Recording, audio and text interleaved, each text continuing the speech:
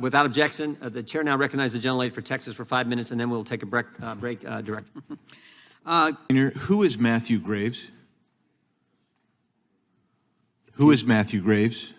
I believe Matthew Graves, at least the person I'm thinking of, is, I think, the U.S. Attorney in the District of Columbia. That's the person I'm thinking of, too. Are you aware that he has promised more than 1,000 more individuals will be charged or indicted related to January 6th? I had not heard that he had said that.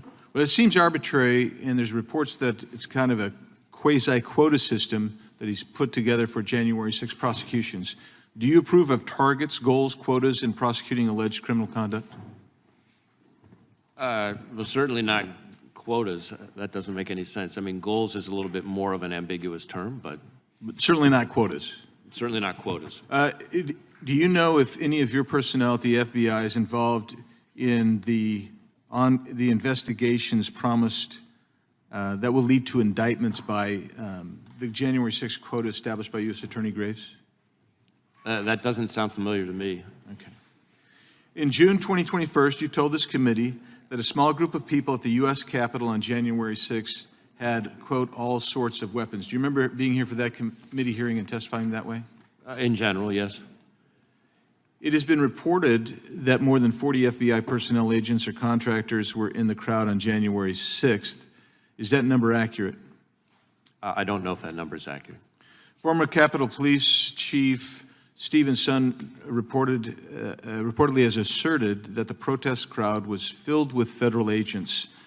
Are you aware of his assertion? I am not.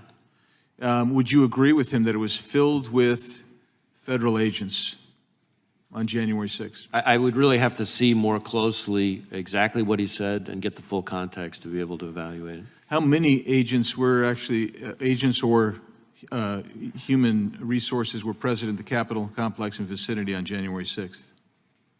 Well, again, it's going to get confusing because it depends on when we deployed and responded to the breach that occurred. Obviously, how many were under federal agents? Sure. Yeah, you're talking, and you and I both know what we're talking different things here. And please don't distract here because we're focusing on those who were there in an undercover capacity on January 6th. How many were there? Again, I'm not sure that I can give you that number as I sit here. I'm not sure there were undercover agents on scene. I find that kind of a remarkable statement, Director.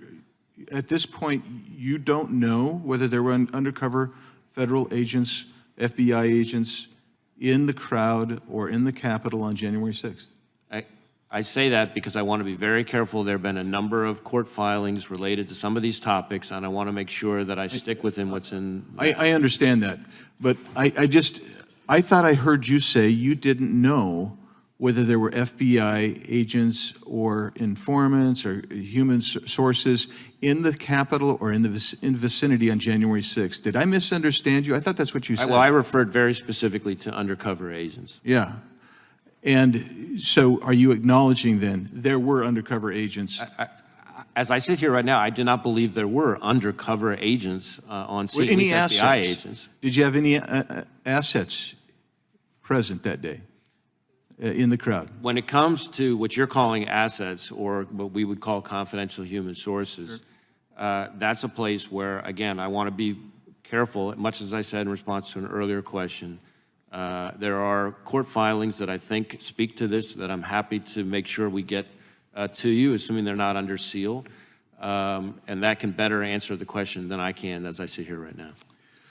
In the same June 2021 committee hearing, you told us that the FISA court, quote, approved FBI procedures, minimization procedures, collection and procedures, querying procedures, did not find misconduct, close quote. That's what you said.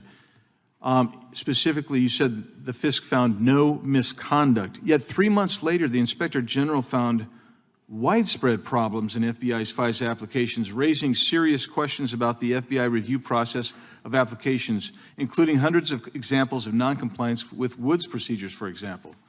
And we know that from December 2020 to November 2021, the FBI conducted 3.4 million warrantless searches of U.S. data under FISA. 3.4 million. Up nearly triple the amount of the previous year, and it got worse as you were telling us there was nothing to worry about. But now your reforms have produced about reduced it down to 119,000, over 200,000 total, but 119,000 discrete Americans. That just doesn't seem like you've accomplished much there if you have 119,000 illegal searches and queries under FISA. I'll yield back.